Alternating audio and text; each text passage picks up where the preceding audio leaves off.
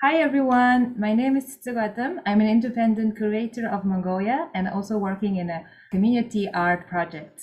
Today our talk is part of the Forging Resilience and Mutual Independence. We're going to talk about corruption in Mongolia in general. So I invited three special guests today. Please introduce yourselves and how you related about this topic. First of all, allow me to express my gratitude to giving us such a platform to share our experience in the field of the anti-corruption and how we are engaging, contributing, especially youth engagement to this process. And I'm representing the Youth Policy Watch NGO in Mongolia, and mostly our NGO is concerning on the youth engagement in the policy and decision-making process and transparency, openness of the public service, including the information and database developed and supported by the state organizations. In terms of anti-corruption, we are believing the openness and transparency of the public service is crucial to tackle the corruption in national level as well as citizens' engagement in the public policy and decision-making process based on evidence and the data provided by the relevant respective state organizations. Recently, we adopted the amendments to the Constitution of Mongolia last year, and following these constitutional changes, several national legislation shall be developed and provided and adopted by the parliament in accordance with the new concept.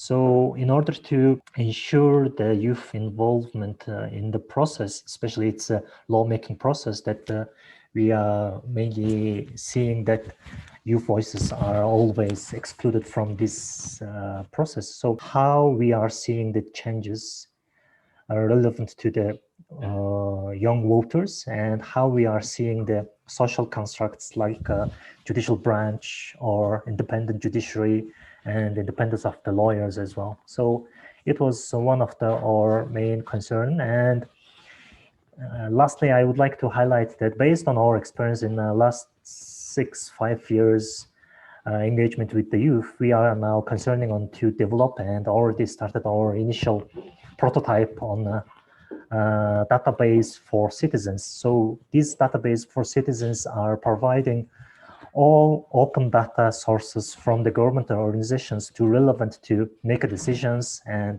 contribute to the development of the policies, as well as ensuring the right to information and the transparency of the state organizations. So this is we are doing now in order to contribute or to tackle the corruption. First of all, thanks for having me with these two distinguished guests. My name is Dolja.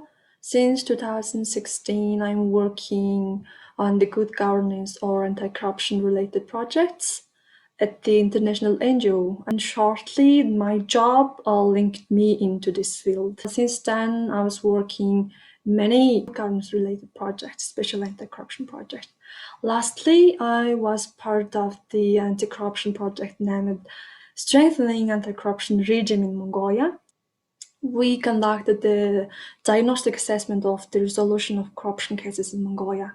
The last and a half year that was so meaningful for me because I personally, as a young anti-corruption professional, I grew up a lot with this project. This is Batırgül. I'm an independent political analyst based in Ulaanbaatar. I used to work for a NGO which works on various projects, mostly on political parties related with political party financing, political intra-party democracy, and the electoral systems. So basically, my previous projects linked to the political corruption in Mongolia. So thank you all. I have a question that about what is the main causes of corruption in Mongolia? What's your opinion about that? According to the Transparency Index's annual report that showing perception index, including the corruption level described by the research institute, we can see that in Mongolia we have such a deteriorating results according to the corruption index. So which means year by year we are having corruption crisis, and it's already influencing not only limited by the governmental organizations as well as a private sector. So it may also affecting to shrinking the civic space, and due to the high level of the corruption, it also already showing its malpractice to the governance system. Election by election, especially after parliament election, there is a new government formed by the ruling party, and it also gives malpractice to change all the public servants regarding their political opinion and the political views. So it causes the governance crisis due to this corruptive practice in the public service. In addition to that, high level of corruption also causes tax evasion and the other malpractices that can be part of the culture of organizations in the private sectors. Corruption is already mainstreamed not only in the public service as well as private sectors. So it also shows that in parallel with this process, we can see that public service, including health, education, social welfare, taxation, and border control as well, seems like opportunity are not equal to all. For instance, according to the constitutional norms, we are all equal before law, and we have a right to engage in the public affairs, and we have even a right to social welfare and protection. So it's already shows that corruption is affecting to the realization of the human rights, and corruption promotes discriminatory practices among the duty bearers, such as governmental and state organizations. And in a grassroots level, it's expanding the inequality to daily life of the ordinary people. And lastly, it creates injustice and inequality in the national level. So this is how I see the effects of the corruption based on my experience in the NGO. Okay, thank you.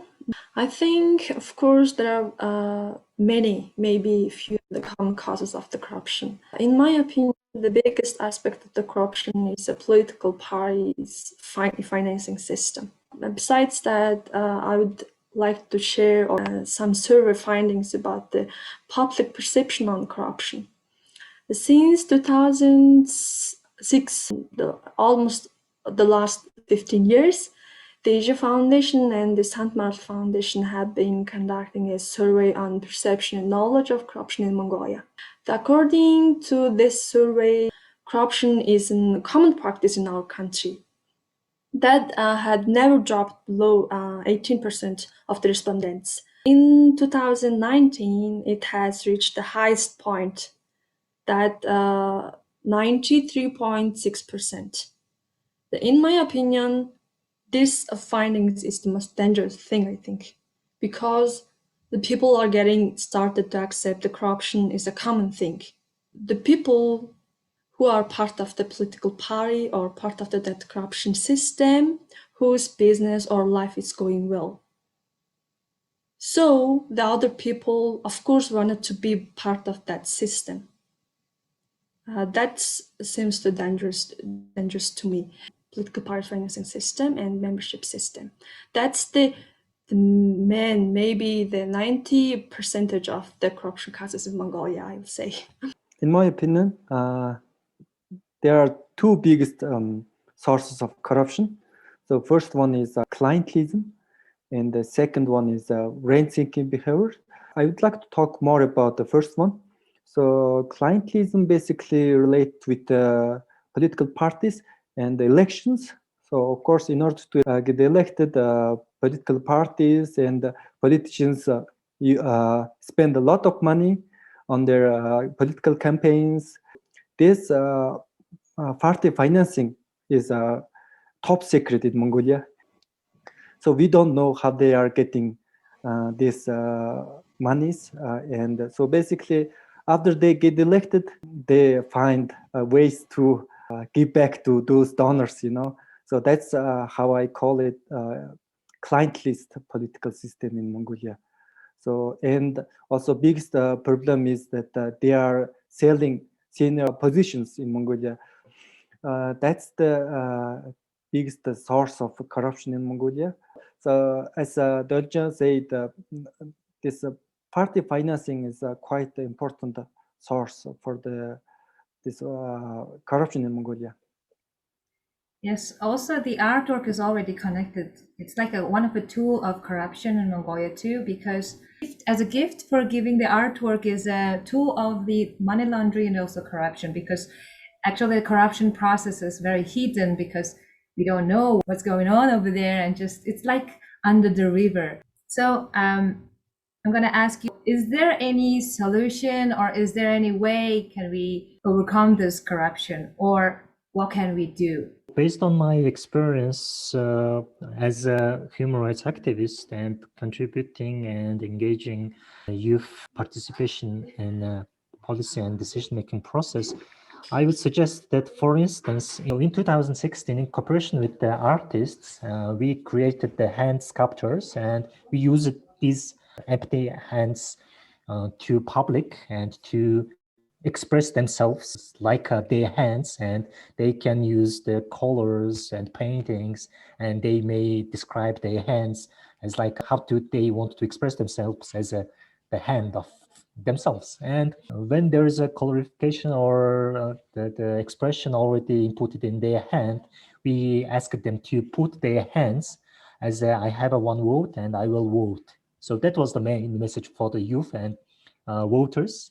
And during their painting or they are expressing how they want to express their hands, we shared with them why election is crucial and how we can engage and how we need to choose the candidates. So if you are comparing the 2012's participation of the voters and 2016 participation of the voters in the parliament elections, then it would be good results. If I have a power, what I would do that is emergently we have to push a new party law, includes the financing system and the regulations and everything. That's the key. Civic participation, the public participation is the important as well. Since the democratic society, we never invested the civil society organizations development and infrastructure, etc. The only fund for civil society organization, that is the international or development programs and projects. That's the lack of the budget in Mongolia for civil society organizations. And thirdly, the public awareness is the key. If there's the people who are still accepting corruption and is still doing their works through the corruption or bribery, there's no way to clear the corruption. I think that three things are very important for combating corruption in Mongolia. First one, I think we really need leaders who are against the corruption, really, principally, and also we need whistleblowers and also to protect them their rights. When they whistleblow, corruption is quite a hard issue to tackle. In general, I think social mobilization is quite important. So if there is a public awareness and also public wants to change the corrupted politicians, they really have the power to change it. Third thing, I would say generational change. We need really a new generation of public servants who are educated and who are ethical, and they think it's very bad for them, their future, their society in general. We really need new generation of politicians and public servants in Mongolia. Okay, so I'm gonna ask you, all of you, about what is your wishes to do something in corruption, or what are you gonna plan to do for anti-corruption?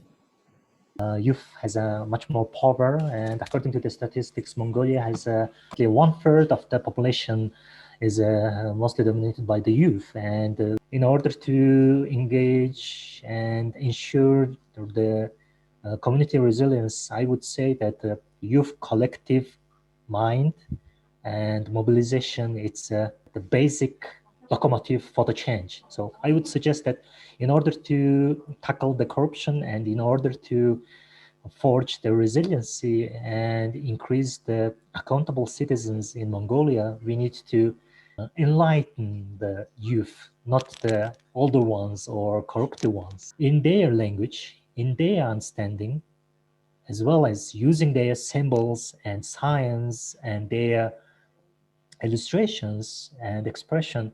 We shall engage youth generation by generation, from kindergarten pupil or students in a university. So that's my message. Thank you.